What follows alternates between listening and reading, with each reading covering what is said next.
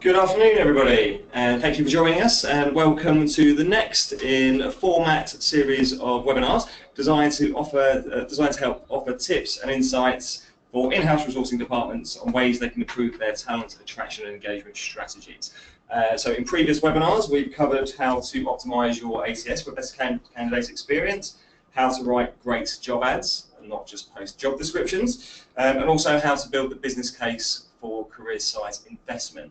In this next webinar, we're going to be looking at small but powerful ways that you can improve that user experience of an existing website to increase candidate experience and therefore increase the performance of your site.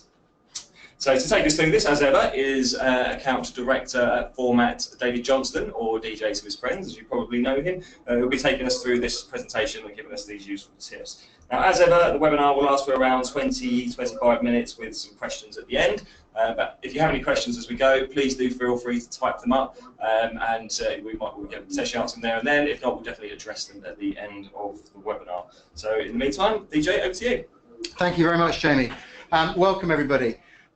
Today, really what I'm going to talk about is how you can continually improve your career site to improve conversions, to ultimately create more applications, get more engaged people, and ultimately hire more people through your career website. So in terms of your career website, it's interesting to actually look at what people do with the website. The firm carried out some research last year, and one of the questions was, when was your website last designed or changed? And 2/3 of people the website hadn't been designed or updated in the last 12 months, and 1/3 of people actually hadn't been updated in over 2 years. So a career website could be likened to a lighthouse. It's built, it stands there impressive, warding off the ships, and being seen by everybody, until in 100 years somebody decides that actually the lighthouse on top of the cliffs here is actually better served by a lighthouse at the bottom. People that know Beachy Head will recognise this. So a lighthouse is built at the bottom. It stands there in isolation, changed very little. So what we're going to talk about is really whether your career site is just a website, or is it a recruitment marketing platform? And to come back to the firm's research last year, something like over 90% of people actually said their career site was fundamental in their talent attraction. So it's obvious that in-house recruiters see the career site as one of their former and most powerful options in recruiting talent. So once it's actually, so that would suggest that it really is, it's a recruitment marketing platform. It's part and parcel of everything you're doing. So once you've got a website, it's not about leaving it alone in isolation and giving it a redesign or a lick of paint every 12 to 18 months or even longer. It's actually looking at improving the website in small amounts to improve conversions, and we call this conversion rate optimization, or CRO. But what exactly is it? And it's quite simple. Conversion rate optimization is the process of optimizing website performance incrementally to increase return on investment. It's not about making massive changes necessarily. It's about actually making small changes that build up over time to make a big difference. And it's all about improving your conversion rate. So what is your conversion rate? I've had this asked quite a few times. This is effectively the number of unique visitors that visit your career site divided by the number of applications that you actually receive. And that is your conversion rate. So effectively, the number of people that you are turning from visitors into applications on your career site. So if we look at the industry average, over the last 15 years or so that I've been working in digital marketing with websites from the very beginning of recruitment websites and career sites, it's about between sort of like 5 and 8%. It's getting better, and that's across a lot of websites that people will have seen over the years. Ours is around, for all of our 150 clients and 300 odd websites in recruitment, it's about 14% overall, and that covers a range of older sites and smaller agencies, who are receiving in sort of like 8 to 10%. Direct employers who are receiving between around the 18% if they're recruiting across a wide range of roles from customer services, HR, finance, IT, etc. To upwards of 35% where it's very much a single type of role. So, for example, retailers, cinemas, anywhere where the major recruitment is one type of role. So, in terms of conversion rates, always looking to improve that. Conversion rate optimization, these small improvements, comes from a theory called Kaizen. You can look this up on the web, but in summary, the Kaizen methodology was founded in the Second World War by the US, who essentially needed to double the quantity of munitions available for them to be able to actually achieve their objectives in Europe and the Far East. And there was no way that they could do that with changing one thing. When they looked at how can we double our output but there's no one thing that we can change. So they broke it down into all the individual processes and realized that actually they could make improvements of each individual process that would add up to effectively a doubling of production. And obviously, as we're told through various movies, America won the war, and everybody's happy and joyous. But obviously, after the Second World War, Japan needed to be rebuilt, and this methodology was used with a small company that ultimately became Toyota. And the principle was applied across all the various functions that they needed to carry out to bring Japan from effectively being on its knees to actually a country, that actually it is what it is today. So we can use the same approach when it comes to career websites. It's about making small changes across specific events to improve performance. And what we're trying to do is effectively, it's quite simple.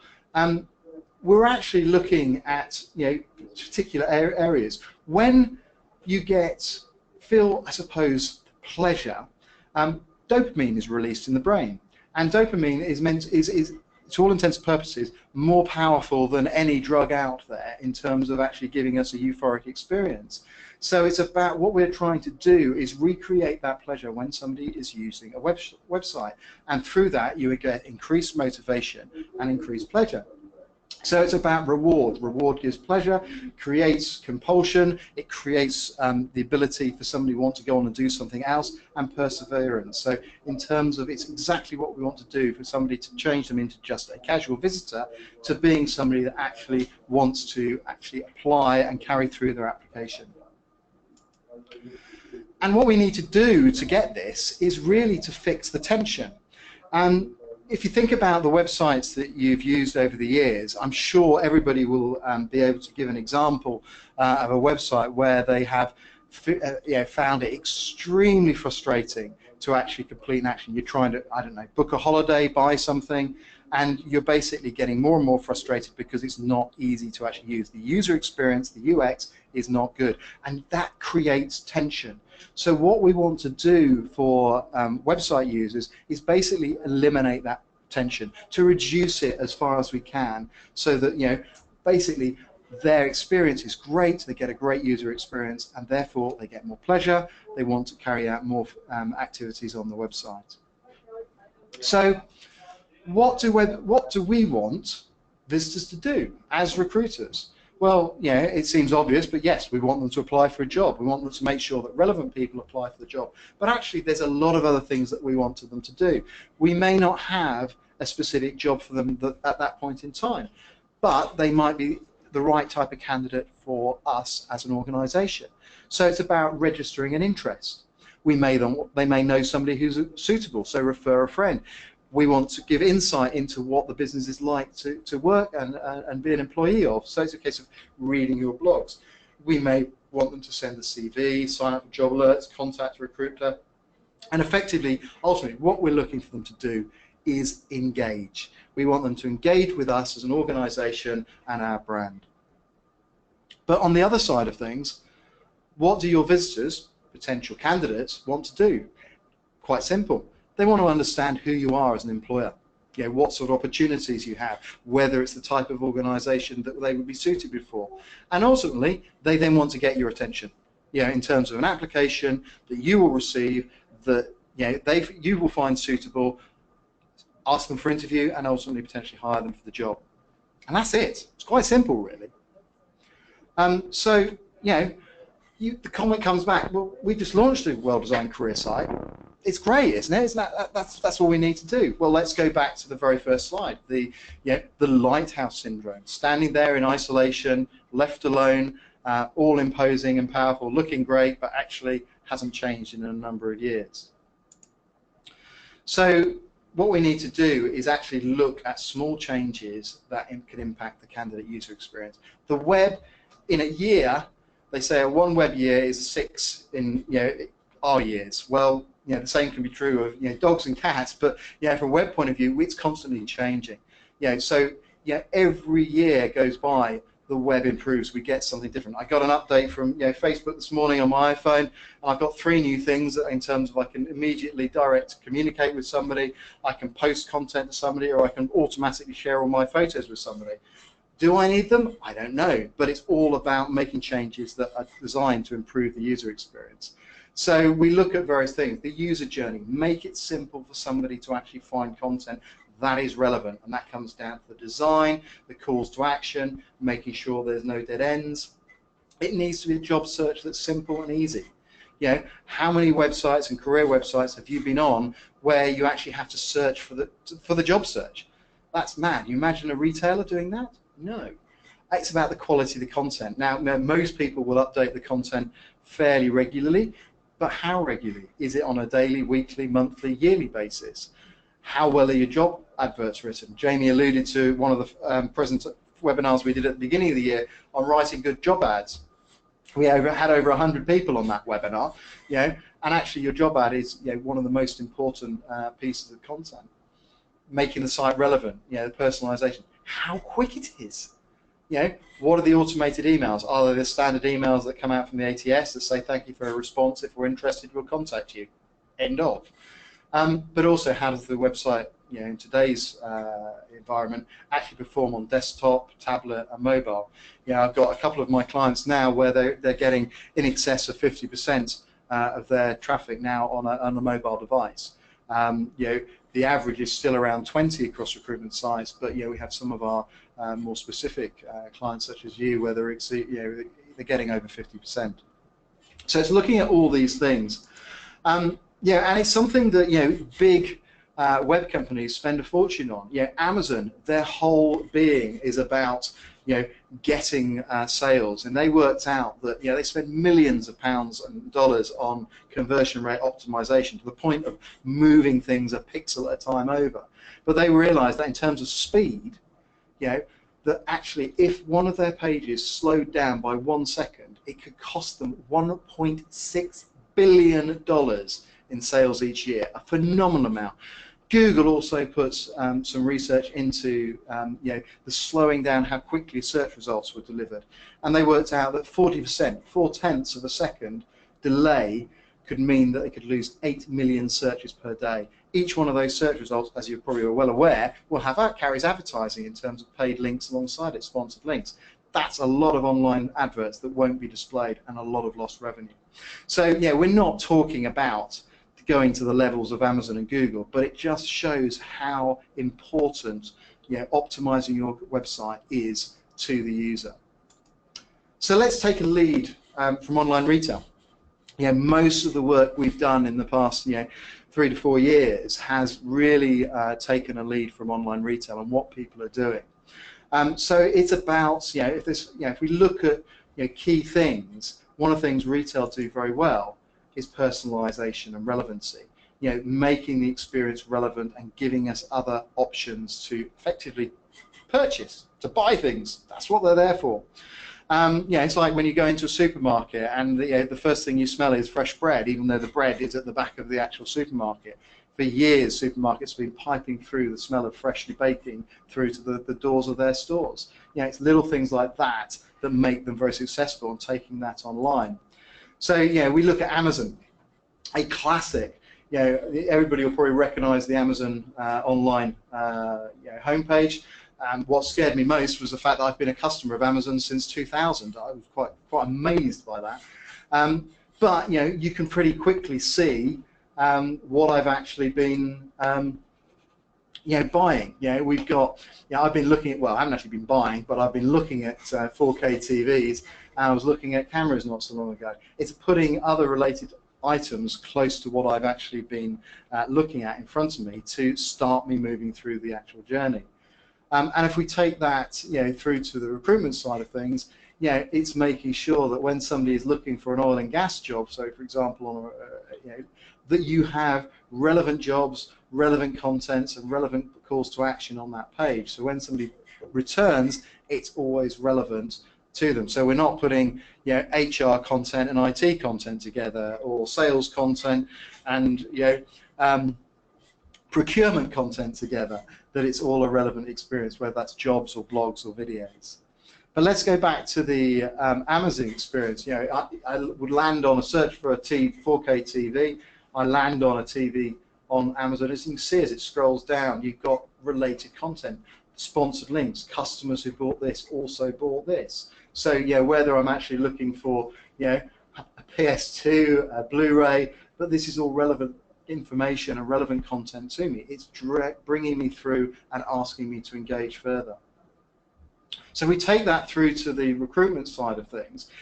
Most people, a lot of website traffic we find is job specific. We know that over 50% of Google searches are job title related. Another, almost 20% is location related. So invariably, if you search for job title and location in Google, you're going to come up with a specific job and land on that job on the website. So you may not actually visit the homepage. So if we look at how this works in reality, I've searched for an assistant civil engineering job. I've landed on this vacancy within Atkins, and alongside it, I can view all our other transportation jobs. I can look at, I've been called to action in terms of flexible working, really important with diversity and inclusion. Similar jobs within this sector, highways engineer, senior engineering technicians, chief engineer in highways. I've got a video that gives me an insight into the future, Atkins' future of transportation. And as I continue scrolling down, I've got inspiring projects that relate to projects within the transportation sector. So you can see the analogy between Amazon looking at a TV and being shown related content to actually a job job category, so civil engineering within the transportation sector, and related content that sits along that. So we're making sure that we're giving people content that will either help to engage or give them other opportunities if that job isn't suitable. So we've attracted people to a vacancy, but one of the classics that we often find on websites is that, especially if you come from a link, maybe it's on LinkedIn, maybe it's on Facebook, maybe it's from Google, or maybe it's in an email. You've sent somebody through to a page, and they may not actually know where to go. They may read the content. It's a case of what's next. The other side of it is think about when somebody actually completes an application. They complete an application. What happens next? Often that could be in your applicant tracking system. Now, many of you will be using applicant tracking systems when they complete the application. How do I get back to the career site? I may want to find out more information. So it's things like, think about this from a retail point of view. EasyJet, I've booked my flights, I get a thank you for booking page, and then I'm immediately given other options. You've booked your flights to Berlin, what else you might need? You might need to rent a car. You might need travel assurance. You might need airport transfers. Little things that basically somebody who's completed an action may need to actually do, and go off and do more things and potentially purchase more things. So think about that in recruitment, application confirmation. Thank you for applying. Here's what you can do next. Manage your job alert, set up a job alert, start a new job search, return to your previous results, read a blog. As a direct employer, what should I expect next? The recruitment process. One of the key things that people ask about is what's next. So all of these things you could do as a point of view of an application confirmation. And these sort of things, recruitment agencies have always been a case of, what do you do? So it's things like this that we've been working now with recruitment agencies, we're now doing with employers, that is helping to improve the user experience. The other side of it is in terms of you may have sent a link to somebody by email. You've made a typo. They come back to this page cannot be found. Now, instead of actually having this as a what we call a 404 error, sorry, this page doesn't exist, and that's it, give that person other options. So they don't actually, it's a bit of a, oops, that page doesn't exist. Okay, let's help you find what you want to do. Let's take you through to a job search. Let's take you through to the various different career areas that Empower recruit for here. And actually keep up to date on what's going on within Empower in the industry. Find out what it's like to work here. And giving people easy calls to action so they don't end up stuck on a page, not knowing what to do, and effectively leaving. So we've now, we've basically looked at engaging with somebody, we've created good relevant content, we've made sure that people are getting a good personal experience, we've made sure they're not getting lost by creating any dead ends. So what we want to look at now is creating a sense of urgency. We don't want somebody necessarily who potentially is suitable for a job and good for a job to come onto the website, browse around, and then think, oh, I'll find a job, oh, I'll do that later. Of course, anybody that says they'll do it later runs the risk of not doing it at all and forgetting about it. So what we want to do is look at creating a sense of urgency. And again, we come back to e-retail and obviously online travel. So screenshot here from booking.com. And online travel are really good at using colors to basically encourage people. So green is a case of, lock in a great price for your upcoming stay. This is a positive reward. Do this. This is great. Green, go. Pick up the perfect option. Good features that people will be interested in green. And then they use red as a sense of urgency, as the alarm, the danger. Create that sense of scarcity. So save 33% today. Today's value deal in high demand. 3 people are looking right now. Now, Reed have used the actual number of people who have applied for quite a number of years now, probably well in excess of 5 to 8 years. But actually, is that sending the right message? It says, okay, 10 people have applied for that. That doesn't really motivate me to apply for a job because 10 people have already applied. They may be better at me. So let's look at one of the greatest examples of creating a sense of urgency in terms of eBay. So eBay is a great example where they get people to spend a lot more money by getting the countdown to start moving through. So time left 10 minutes, 6 seconds, 5 seconds, 4 seconds, 3 seconds. Why do people pay more on eBay than they would in the shop? One of the reasons is because they create this sense of urgency and people think, I've got to do it, I've got to click.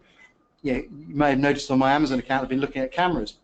I was actually looking at a second-hand camera and I was looking on eBay and I set myself a budget and I was watching and I'd get an alert saying 30 minutes to go, 10 minutes to go or whatever.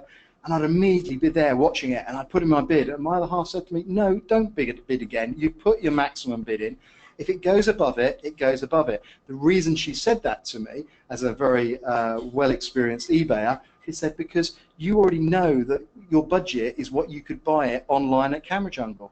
Well, actually, all the cameras I was looking for, in the end, went for much more than the actual amount I could buy it on Camera Jungle. But that sense of urgency creates that interaction to actually do something. So we've taken that approach with our recruitment agencies, and we're now taking that with our direct employers. So we're employing this with Empower.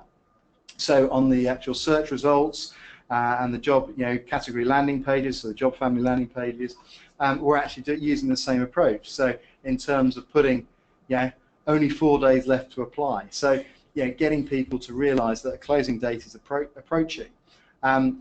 When it comes to the actual vacancy, again, putting that onto the vacancy, and what we'll also do is it becomes closer, is actually change the closing date and turn that colour to red. So again, you're creating that sense of urgency to get them to apply and not pause, leave the site and say, I'll do it later. So we're now creating that sense of urgency. We're getting people to actually come through and actually click the apply. What else can we do? Well, really, we know what we need to do is come back to what we're actually measuring.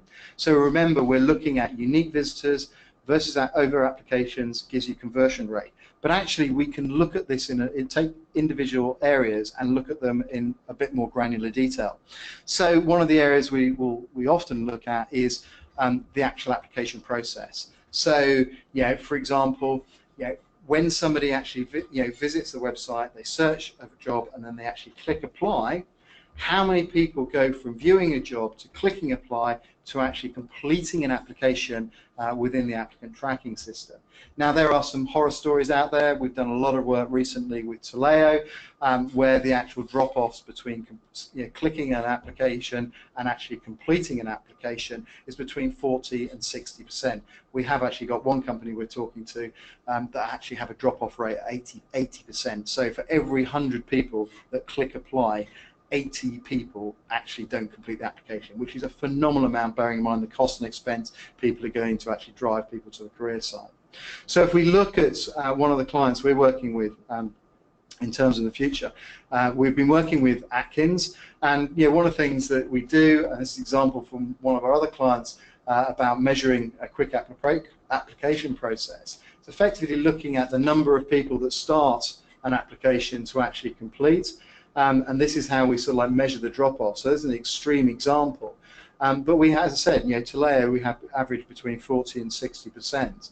And the traditional Taleo application, if we view it here, is, this is on the career site, click through, and then they go through to the actual application form on Taleo. And any of you who use Taleo will recognize this, but it's the same with most applicant tracking systems. You're presented with a login page. Okay. The problem with Taleo is that people will put their username and password thinking that they create an account, and then actually realize if there's a new user, you actually got to click on the actual new user button. So that results in the high drop-off, because people try it once, they then realize that they're actually a new user, try and create an account, and it's an alphanumeric, special characters. Invariably you don't put enough special characters or use a capital, it creates an error. Okay, I'm now frustrated, I don't want to do this, I just leave. So that's why you have the high drop-off rates. So what we've done is effectively taken a lead from what we've been doing with recruitment agencies for years, but also online retailers, to create an application process that's a lot simpler, that's a lot shorter, and they don't actually leave the career site. But the actual application details are completed. It's a short application. We've got a couple of other projects where we're doing this with other clients where it's actually being shortened beyond job title and employer name to actually just be their contact details, because they're taking the view that if they've got the CV, they've got their employer, and they can make a decision very quickly about whether somebody's suitable. So it's a short application form. It's in a nice environment. If you notice, they're not actually having to create a password.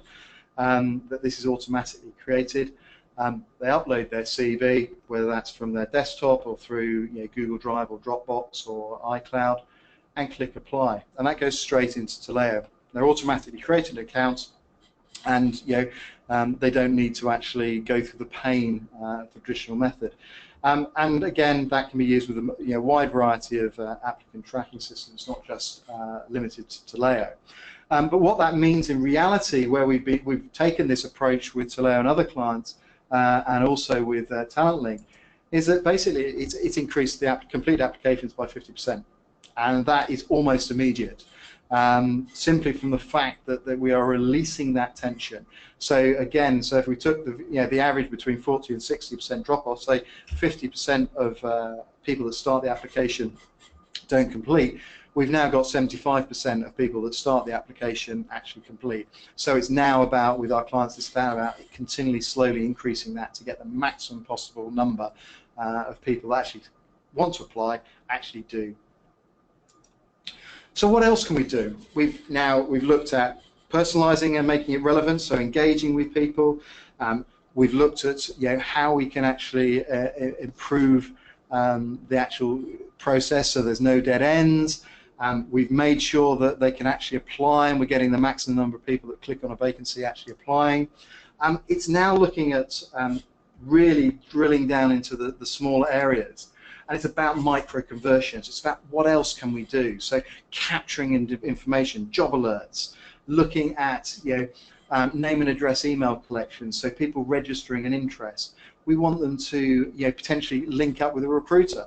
I know traditionally most in-house recruitment teams it's quite difficult to actually contact a recruiter, but actually recruitment is human. It's a humanized experience, and the feedback we get from candidate surveys tell us that people want to know who they can actually. It's the opportunity to connect and find out more information. It may not be, we're not necessarily inviting people to email. It might be through a candidate management team. There are lots of ways of doing it, but it's allowing people to convert in smaller ways.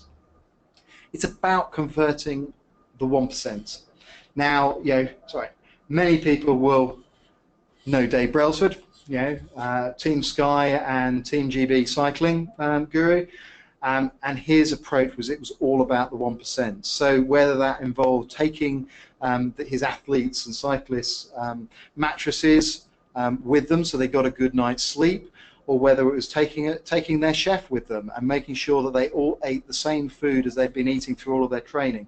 It meant that all of those 1% added up to increased performance. One of the reasons we've won so many golds, 2 Olympics running. So what this means in terms of recruitment, it's about looking at the little things. So looking at the actual apply button. Doing A/B testing out different types of application button. It's very easy in website design to get carried away and make buttons that have got lots of interactions, they animate. But actually, when it comes down to testing out different versions, we actually found that the button that looked like a button actually was the most successful and actually converted 5% more people than any of the others. So needless to say, that is the approach that we took. Looking at calls to actions, CTAs. So here we've got an example of a vacancy, and alongside it we've got some banners. So if that vacancy isn't suitable, we want them to find other jobs that may be suitable. So find your next social care job. Not found the job you wanted, view all of our social care jobs. Again, the same principle.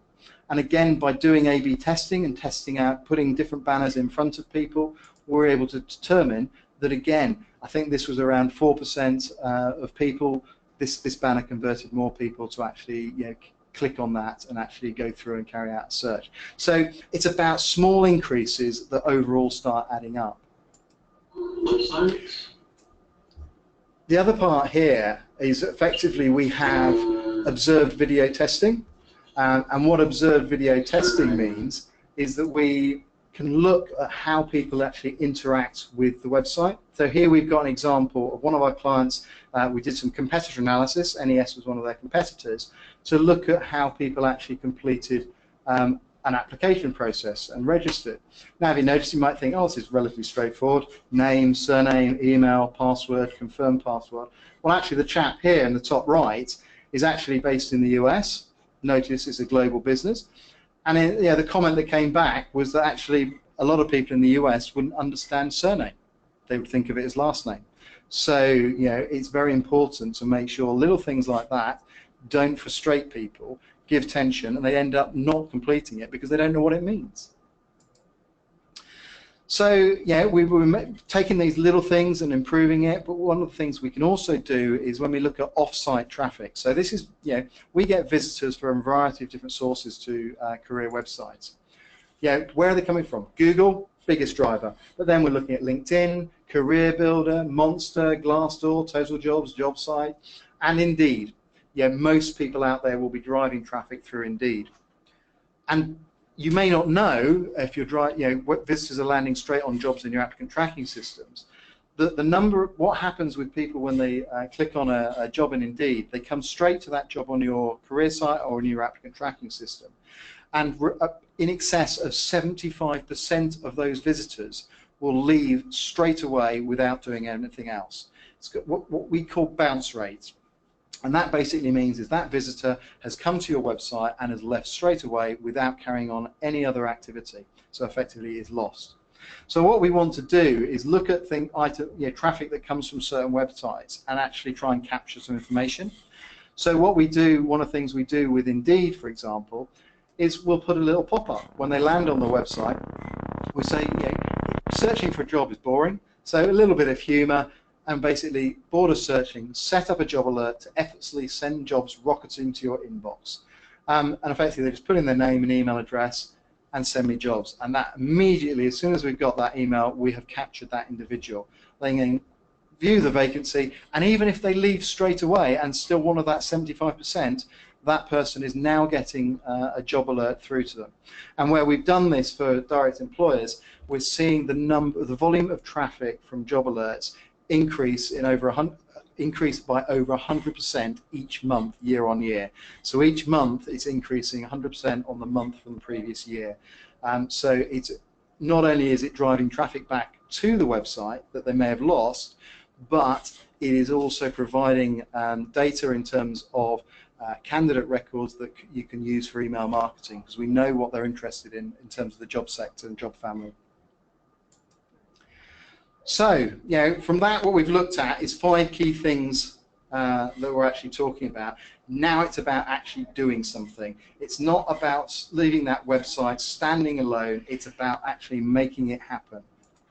So, 3 things that we need to do to start doing it right now. First of all, you need to work out your conversion rate and benchmark it. How many people are actually visiting your career site, going through to a vacancy, clicking the apply, and then ultimately ending up as a candidate on your applicant tracking system. Where are there problems? Where does that tension exist on the website? Do some analysis, do some user trials, get feedback, find out where the tension actually exists, and think, in terms of actually, motivation and reward. So reward, motivation, and pleasure. So create that dopamine experience and don't become a lighthouse standing alone. Don't avoid the lighthouse syndrome. So there are 5 key things there to look at. Personalization and relevancy. Make sure there are no dead ends. Create a sense of urgency through scarcity and reward. Make sure your application process is fluid and is not losing people. And then once you've got all that done, look at the micro conversions, the 1% that continue to improve it. I trust that's been useful. We've got a few questions that are coming through that Jamie's going to read out. But thanks for listening.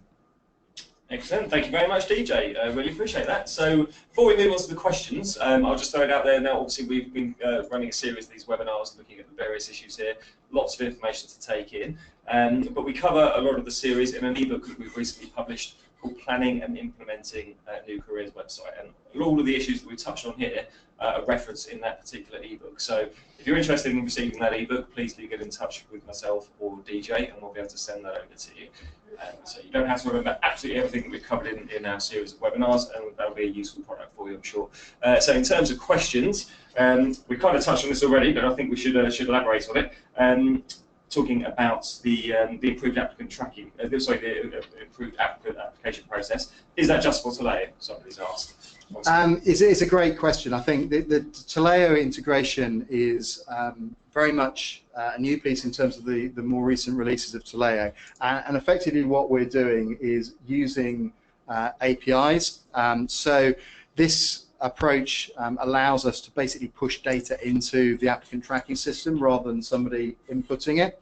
So APIs exist with Taleo, with TalentLink, with iSIMS, with Avature, and most of the modern applicant tracking systems. So certainly it's not something that is unique to Taleo. Taleo is probably one of it's being the largest and most global, is the one that's grabbing the most attention. But no, if you have an applicant tracking system that has APIs, then this is certainly something we work with other clients on as well.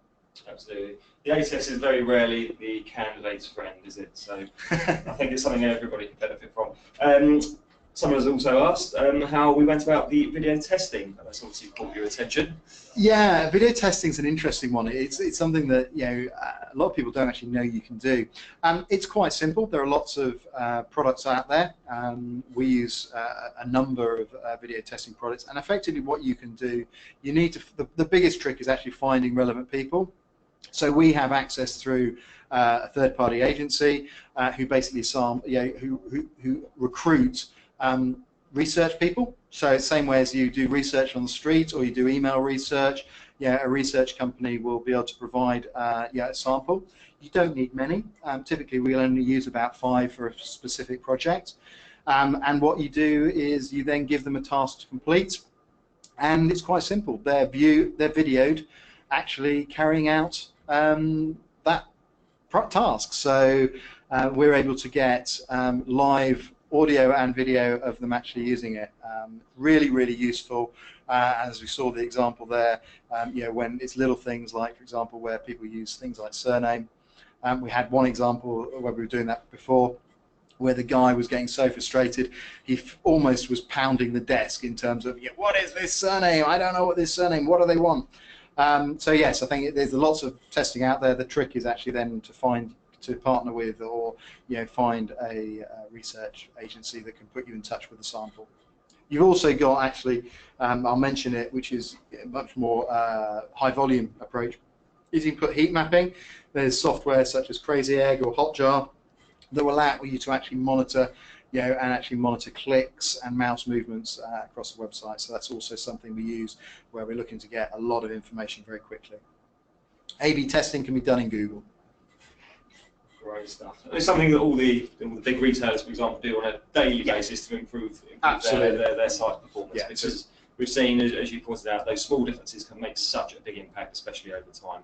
And application rates are exactly one of those. Indeed. And leading on from that, someone has asked, what sorts of statistics are some of your clients currently measuring? Wow. So this is something that I was at the in-house recruitment conference last week, and data and insight is a huge thing, and a lot of the conversations are about measuring. And people are, it's quite easy. People are measuring their number of applications.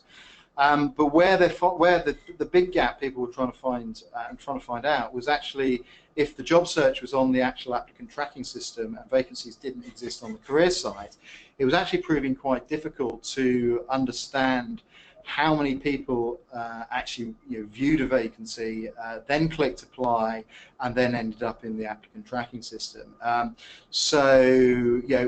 often I'm giving stats through applicant tracking system providers in terms of they can tell the number of people that actually created a login, start an application but didn't complete it, but they can't provide the piece of data before that in terms of how many people actually clicked the apply and didn't actually start the application.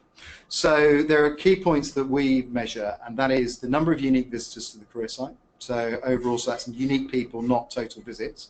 So that can be found in Google Analytics. You can also set up goals within Google Analytics to measure how many people then go through a process. So what we will do is look at the number of people, for example, who start an application, who start landing on the website. They then go through and actually complete an application. So we saw one of the pages that we showed was the thank you page. So that's an example of measuring people, how many get to that. We can also set up an event on the application button. So that means we're measuring how many people actually click the button but then don't get through to the completed application page. So what we're looking at is endpoints and start points. Most applicant tracking systems, you'll be quite easy to actually find how many people actually end up as completed applications. The bits of the jigsaw that are really important, how many people start at the beginning of that process. So they're the bits. So in terms of unique visits to the career site, people that view a vacancy, people that actually click the vacancy apply, and then the number of people that actually complete that vacancy application. So they're the key bits we look at. Excellent. And if you want us to talk you through some of these things on a more one-to-one basis at any point, please just do drop us a line, and we're more than happy to do that. I think we're coming to our last question now. We haven't had any more pop-ups since this one. What a good one to end on. Where is the best place to start? Oh my God, that's the billion-dollar question. It's the easy wins. So yeah, the application process, fixing that is not. It is a big piece. It takes a lot of effort, but the reward is quite great. But it's in terms of balancing that effort and reward. There are little things that can be done. If you've got an applicant tracking system with all your jobs, so effectively the jobs are hidden from Google, but you have a nice career site, it's nicely designed, look at creating what we call career areas or job family landing pages. So we did this many years ago with View Cinemas before we built their current site. So they're their career site at the time was very basic. So we created landing pages for customer service assistants, team supervisors, general managers, cinema managers, location landing pages, so around where they had cinemas, and basically wrote content around the opportunities in those areas. So you create what I call pseudo vacancies, pseudo jobs. So you talk about what it, for example, with View as an example, we had a landing page that was talking about what a customer service assistant did. And what that means is that Google can actually hook into that and actually attract candidates. But from a candidate's perspective, you're creating more engagement rather than just pushing them straight through to the applicant tracking system job search. So there's little things like that can be done in most content management systems on a career site. Using nice banners, so on a landing page which is a job family like customer service assistants, then putting little buttons that allow you to show videos, go through to profiles about people, things like that. So there's little things like that are fairly easy that can be done as content in the career site without doing any major changes. And then it's just evolving from there. The ultimate objective is obviously you're trying to create a really good job search and application process. But you may have you may have your budget, you may not have a budget for a new career site. So it's using what you've got and looking at the actual user journeys and what those people would want to see. So it comes back to relevancy, and you can create with that. It's static content pages, but you can create a relevant experience quite simply. Obviously, the other place to start is to pick up the phone and give us a call. But hey, let's look at the little things. Indeed. Excellent. Well, on that note, again, thank you very much, DJ. As ever, we have recorded this session and we will be emailing it out to you guys so you can refer back to it at a later date, share amongst your teams, take it internally to the business if you are looking for career site investment to offer up some insights to the powers that be. And again, as I mentioned earlier, we have published an ebook on this subject, which is fully accessible. Just ask DJ and I, or go to the format.com website to download from there. We shall be in touch with details of the next webinar next month. And again, thank you very much for attending. Thank you.